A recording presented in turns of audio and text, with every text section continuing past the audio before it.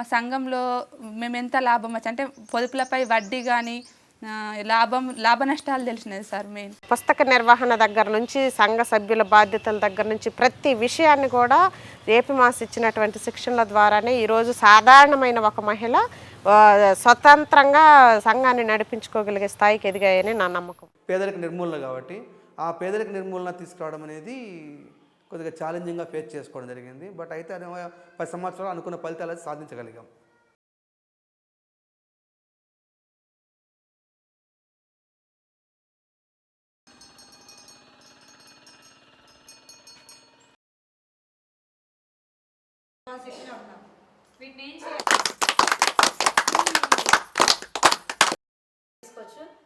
ఒకరికే నచ్చేది ఏం లేదు కదా.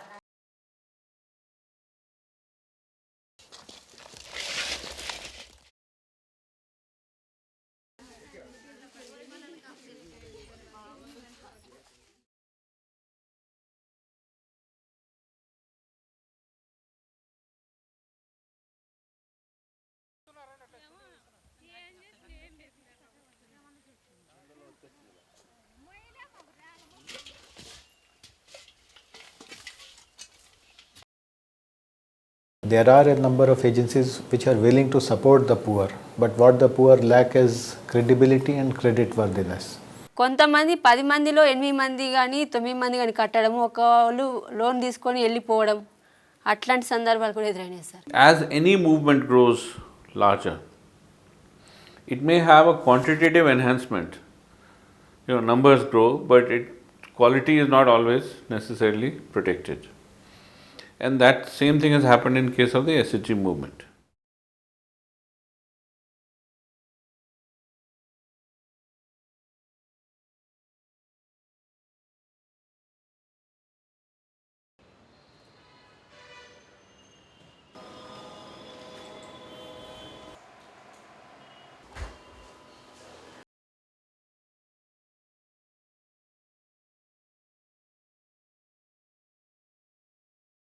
Among the poor again, women are the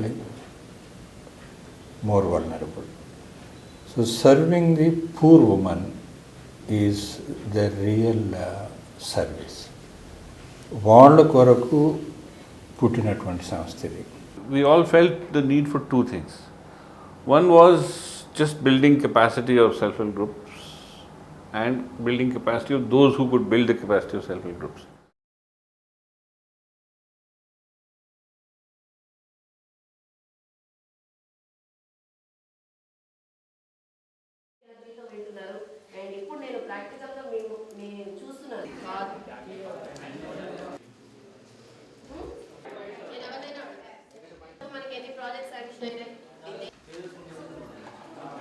మనకు వచ్చే ఇన్కంలో ఆదాయం కానీ ఇన్కమ్ ఏదైనా సోర్స్, దాంట్లో ఎవడైతే ఎక్కువ ఖర్చు మన తిండికి ఖర్చు పెడతామో వాడినే పూర్ అంటాం మనం. శిక్షణలోని ఒక ఎస్ఎస్జి స్థాయిలోని ఒక సభ్యురాల స్థాయిలోని పొదుపుల యొక్క ఏ విధంగా ఉపయోగపడతాయి, అప్పులని ఏ విధంగా ఏ పద్ధతుల ద్వారా అప్పులు ఇవ్వవలసిన అవసరం ఉంటుంది, అట్లనే పుస్తకాలను ఏ విధంగా నిర్వహించుకోవాలి, ఒక సమాచార పద్ధతిని ఏ విధంగా వాళ్ళు నిర్వహించుకోవాల్సి ఉంటుంది అన్నది చెప్పడం అనేది జరుగుతుంది. అదేవిధంగా సమాఖ్యల దగ్గరికి వచ్చినప్పుడు సమాఖ్యల యొక్క వాళ్ళ పాలక వర్గం ఏదైతే ఉంటుందో వాళ్ళు ఏ విధమైన విధులు బాధ్యతలని, అది పరిపాలనా పరంగా కావచ్చు, చట్టపరంగా కావచ్చు, వాళ్ళు ఏ విధమైన విధులు బాధ్యతలు అనేవి చేయాల్సిన అవసరం ఉంది అన్న దాని మీద వాటికి చాలా సులభ స్థాయిలోని పుస్తకాలను తయారు చేసి దాని మీద కూడా శిక్షణలు ఇచ్చి వాళ్ళకి శిక్షణలు ఇవ్వడం అనేది జరుగుతుంది. For that large system in Andhra Pradesh, the host state for APMAS became a tertiary training institution. Velugu itself worked through the concept of community resource persons. And the CRP's training was being done by Velugu. But the trainers for CRP trainers were being trained by APMAS.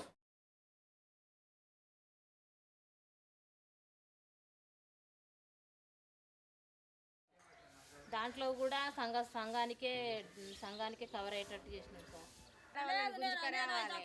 మంచి కట్టుకోవాలి, ఎన్ని బాధలు కూడా. First ట్రైనింగ్లో ముగ్గురం వెళ్ళినాం, కోశాధికారి, కార్యదర్శి, నేను ముగ్గురం వెళ్ళినాం సార్. వెళ్ళి ట్రైనింగ్ పొంది వచ్చినాం మంచిర్యాలలో. వచ్చిన తర్వాత సంఘానికి ఎంసీపీలు చేసుకున్నాం. అయితే ఆ విధంగా ఎంసీపీలు చేసుకొని ఎంసీపీ ద్వారా డబ్బులు వాళ్ళకు అందియడం జరిగింది సార్. ఆ మ్యూచువల్ యాడెడ్ కోఆపరేటివ్ సొసైటీస్ ఏంటంటే గవర్నమెంట్ ద్వారా గుర్తింపు లేకుండా ఉండేవన్నట్టు. సో మేము 2002 ఆన్వర్డ్స్ మేము వర్క్ చేసి వాటిని గవర్నమెంట్లో భాగంగా విలేజ్ ఆర్గనైజేషన్స్ లాగా ట్రీట్ చేయాలి, ఒక బిగ్ వివో లాగా ట్రీట్ చేయాలని ఒక మూమెంట్ తీసుకొచ్చాం ఆదిలాబాద్లో. గవర్నమెంట్ ఒక జీవో రూపకంగా ఈ NGO promoted mutual aided cooperative సొసైటీను గవర్నమెంట్ పరంగా వాటిని ఒక బిగ్ వివో లాగా ట్రీట్ చేస్తూ వాటికి కూడా ఈ కమ్యూనిటీ ఇన్వెస్ట్మెంట్ ఫండ్ అన్నది సర్ప్ నుండి మండల సమైక్యాల నుండి రావాలని ఒక జీవో ఇవ్వడం అన్నది జరిగింది అన్నట్టు.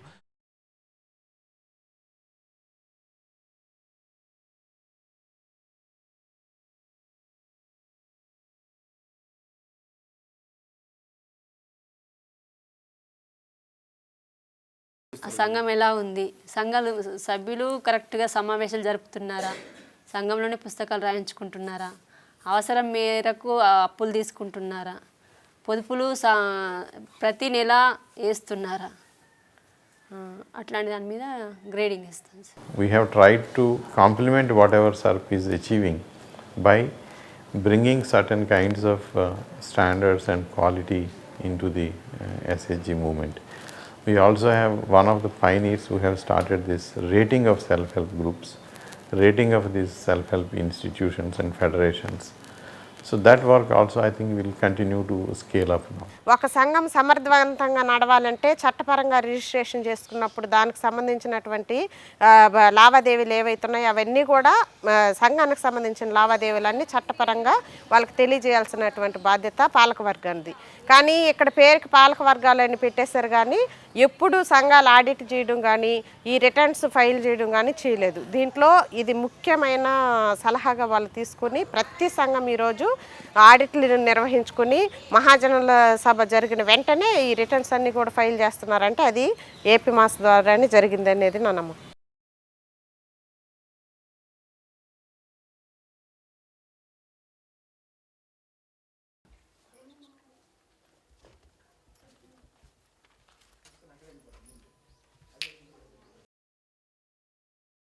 ఇప్పుడు లీడర్లను ఫస్ట్ సెకండ్ ఎవరిని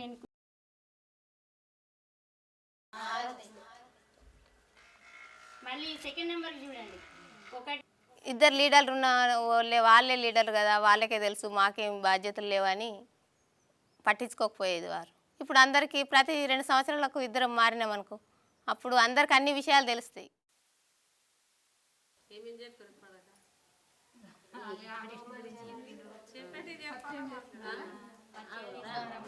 ఆడిట్ చేయడం ద్వారా మాకు మా సంఘంలో మేము ఎంత లాభం వచ్చి అంటే పొదుపులపై వడ్డీ కానీ లాభ నష్టాలు తెలిసినాయి సార్. మెయిన్ లావాదేవీలు తెలిసినాయి, డబ్బును ఎలా ఉపయోగించుకోవాలనేది కూడా, ఖర్చులు తక్కువ పెట్టుకోవాలి, దాని ద్వారా సంఘానికి ఆదాయం పెరుగుతుందనే విషయం కూడా మాకు అర్థమైంది. We want them to take charge of the whole thing, to be first of all able to use the money in ways they want it to be used and to do it productive.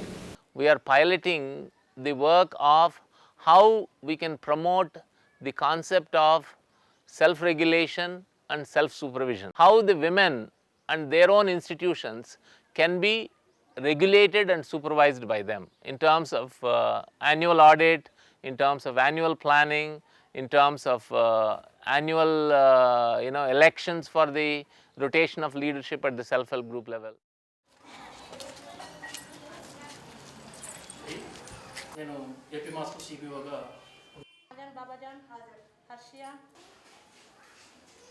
SLF मजबूत बनाने में इसी member को शिक्षण दे, SHG को शिक्षण दे, मतलब तुम एसएचजी ऐसे चलाओ, तुम्हारा फेडरेशन किस तरह का अभिवृद्धि से आगे आएगा, ऐसे हमें शिक्षण बहुत सारे शिक्षण दिए उन्हें. ట్రైనింగ్ మామూలుగా ఎస్ఏజీస్ ఏర్పాటు గురించి చేస్తారు.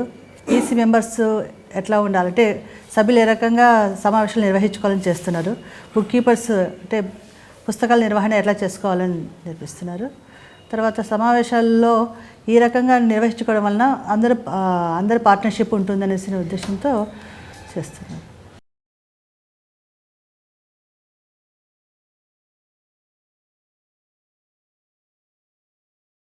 ఇప్పుడు సమాఖ్య ఏర్పడినందువల్ల ఇప్పుడు బ్యాంకులు కానివ్వండి, ఇంకోటి జీవన బీమాశ్రీ అని కానివ్వండి, ఇప్పుడు అభయాసం కానివ్వండి, వేరే సంస్థలతో మాట్లాడే శక్తి వచ్చిందండి.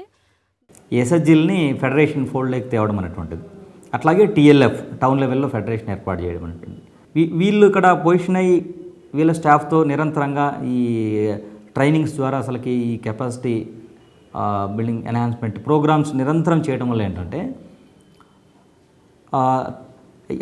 డిఫంక్ట్ అయ్యే ఎస్హెచ్జీలు బాగా తగ్గిపోయాయి. అసలు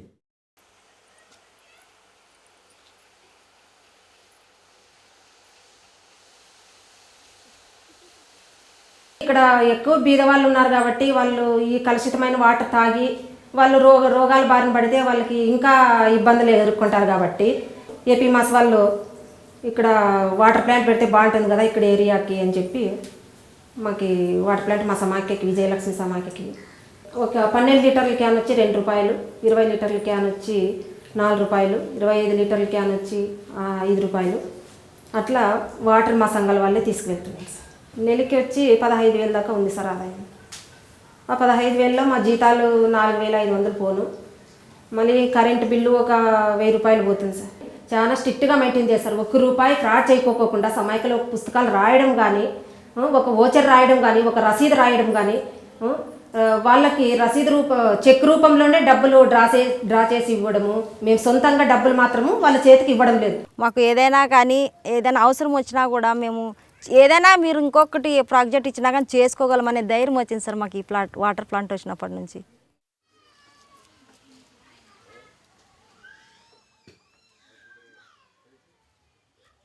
మాకు వ్యక్తిగత మరుగుదొడ్లు లేనప్పుడు బయటకు వెళ్ళే వాళ్ళం సార్.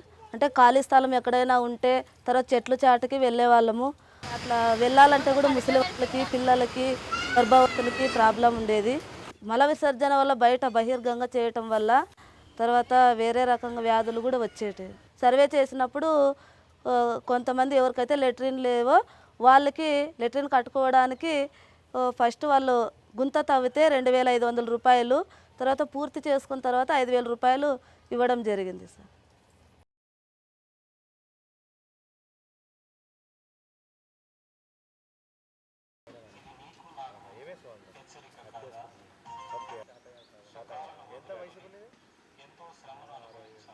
నిరుపేదలు అనేవాళ్ళు ప్రతి ప్లేస్లోనూ ఉన్నారు కాబట్టి ఆ 2 స్థాయిల్లోనూ జీవనోపాధుల మెరుగుదలకి ముఖ్యంగా మనము వాళ్ళ యొక్క శక్తి సామర్థ్యాలను పెంచడం అనేటువంటిది ఒక అంశం అయితే, వాళ్ళ యొక్క సంస్థాగతమైనటువంటి నిర్మాణాన్ని ఏర్పాటు చేయడం అనేటువంటిది మరొకటి. సంవత్సరానికి సంబంధించిన క్యాలెండర్ ప్రిపేర్ చేయడం, అంటే క్యాలెండర్ ప్రిపేర్ చేయాలంటే ముందు సిబిఐనే చేయడం. సిబిఐ అంటే కెపాసిటీ బిల్డింగ్ నీడ్స్ అసెస్మెంట్ చేసి ఆ సంవత్సరానికి సంబంధించిన సిబ్బందికి శిక్షణ ప్రణాళికలు తయారు చేయడం జరుగుతుంది.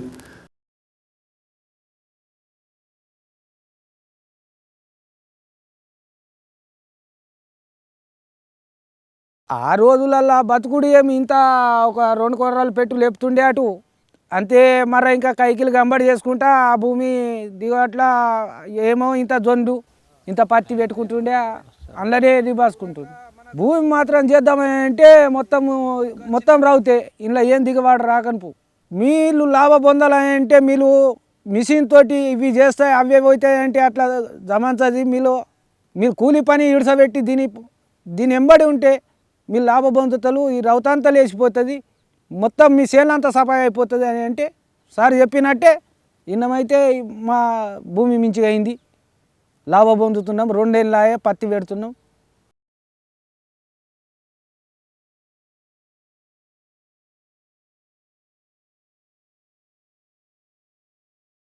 పాత రోజుల్లో మేము కట్టెలు మోస్తుండే సార్. మేము ఒక పూట గడపాలంటే కూడా మాకు చాలా ఇబ్బంది ఉంటుండే. అప్పుడు మేము ఒకరోజు మన గుట్టకు పోవాలా, ఒకరోజు ఆదిలాబాద్ పోవాలా, ఆదిలాబాద్ పోసి కట్టెలు అమ్మాలా.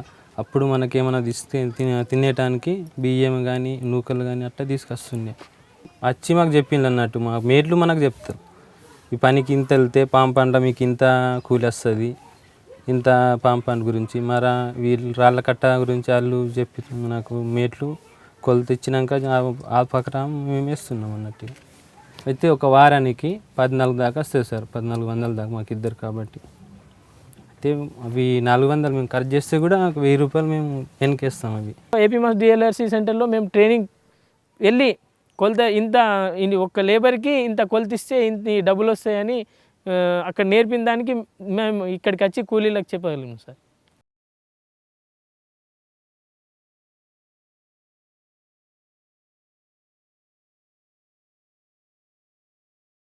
అంటే పశువుల గురించి ఇంజెక్షన్ వేయించడం, ఎట్లా జబ్బు పట్టిందని నేర్పించింది సార్.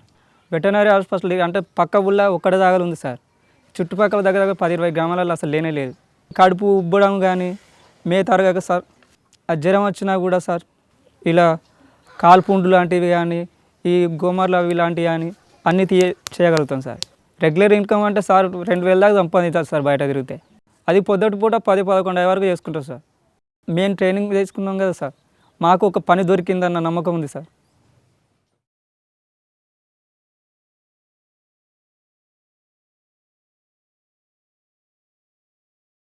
ఇంతకుముందు చెరువు వాటర్ వృధా పోయేటివి. ఈ ఏపీ మాస్ నుండి సిఎల్ఆర్స్ ఏపీ మాస్ నుండి ట్రైనింగ్ తీసుకున్నాను. ట్రైనింగ్ తీసుకుని ఇది లొకేషన్ చూపించాను సార్లకి. ఈ వాటరు ఇటు సైడ్ వాళ్ళకి నీళ్ళు వచ్చేటివి ఉండకపోతుండే, అలుగు వాటరు నీళ్ళు రావు ఇటు. అప్పుడు పంట చేతికి వచ్చే టైంలో నష్టపోయేవారు. ఇది కట్టడంతో ఏమైందంటే ఇప్పుడు చైనా ఆయిల్ ఇంజన్ పెట్టుకోవడం, నీళ్ళు ద్వారా పంట పండించుకుంటున్నారు. ఈ చెక్ డ్యామ్ లేనప్పుడు అంతే ఎకరానికి 2-3 క్వింటాలు వెళ్ళేది. అప్పుడు తక్కువ రేటు కూడా వచ్చేది, 10,000-15,000 వచ్చేది. ఇప్పుడు వాటర్ పెట్టుకోవడంతో మాకు ఎకరానికి 8 క్వింటాలు, 6 క్వింటాలు, 10 క్వింటాలు దిగుబడి వస్తుంది.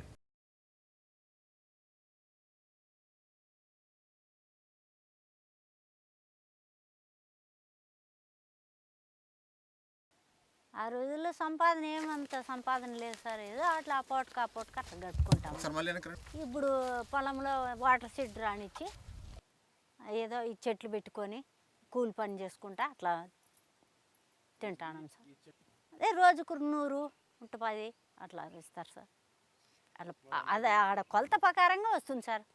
APMAS works with diverse stakeholders like the Indira Kanti Pradham of Government of Andhra Pradesh, bankers and other organizations to see how these small pilots on the ground can work, and then these experiences can be shared at the policy level for scaling up.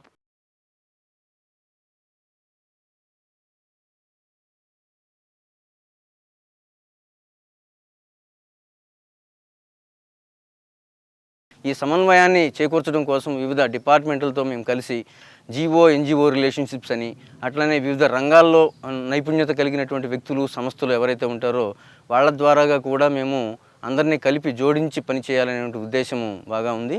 So తద్వారా ఈ అభివృద్ధి అనేటటువంటిది సుస్థిరపడడానికి, sustainable development అనేటువంటిది జరగడానికి అవకాశం ఉంటుంది. On one hand, we find that government is giving lot of subsidies, interest-free loans.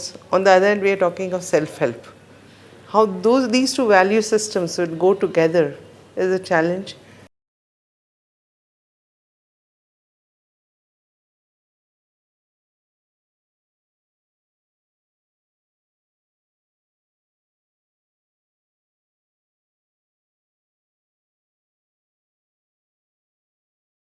हम ये चाहेंगे कि हमारे यहाँ जो भी बिहार में हमारे जो SHG वर्कर हैं, जो हम लोगों द्वारा SHG बनाया गया है, उसको किस तरह से सस्टेन करें, कैसे रोज़गार दें, वो यहाँ के द्वारा जो हम लोगों ने देखा यहाँ पे किस तरह से रोज़गार कर रही हैं, कैसे अवेयरनेस लेवल यहाँ पे बहुत ज़्यादा है।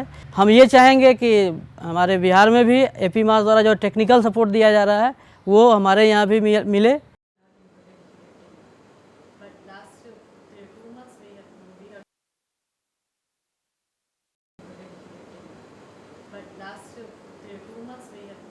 I think convincing all these big microfinance support institutions to take the route of these federations and self-help groups, organizations or the people themselves, that I think is a big challenge.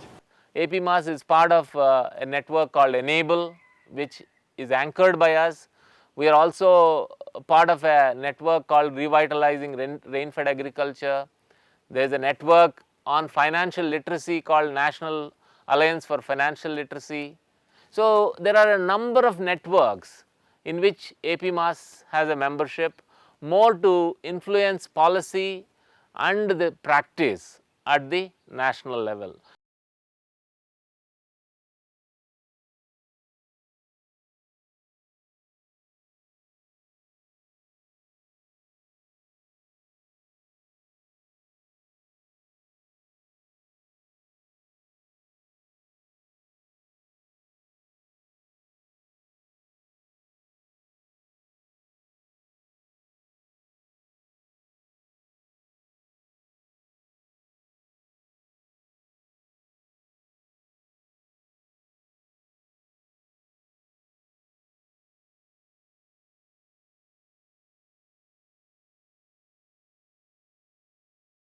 we have invested heavily in staff development in terms of sponsoring them for various training programs, for workshops, conferences, plus organizing some in-house training programs on time management, on teamwork, leadership, on various ways by which they can be more effective and efficient in their role that they perform.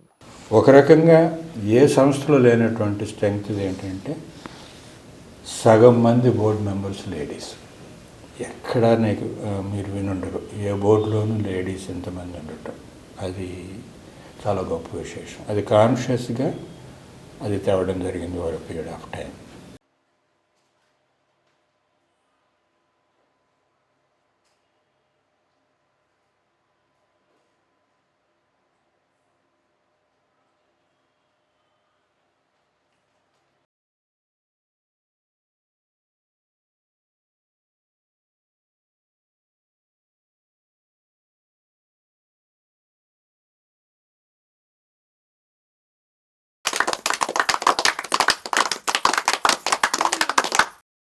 I see that one, because India is a country of different languages, there's a lot of knowledge base which is available.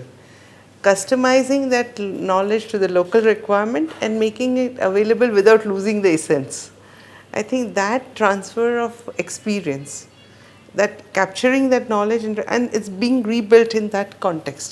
I think that is one of the major challenges, because as APMAS is moving towards different other states, there are a lot of officers who are very target driven and use the SHGs more as a sort of instruments of government programs or delivering government programs, rather than to build them up as institutions, which is our main emphasis. We want them to be permanent institutions which deliver what the people want to be delivered. APMAS should become one of the leading players in India, which takes excluded women first to financial inclusion, first step, second step from financial inclusion to inclusive growth.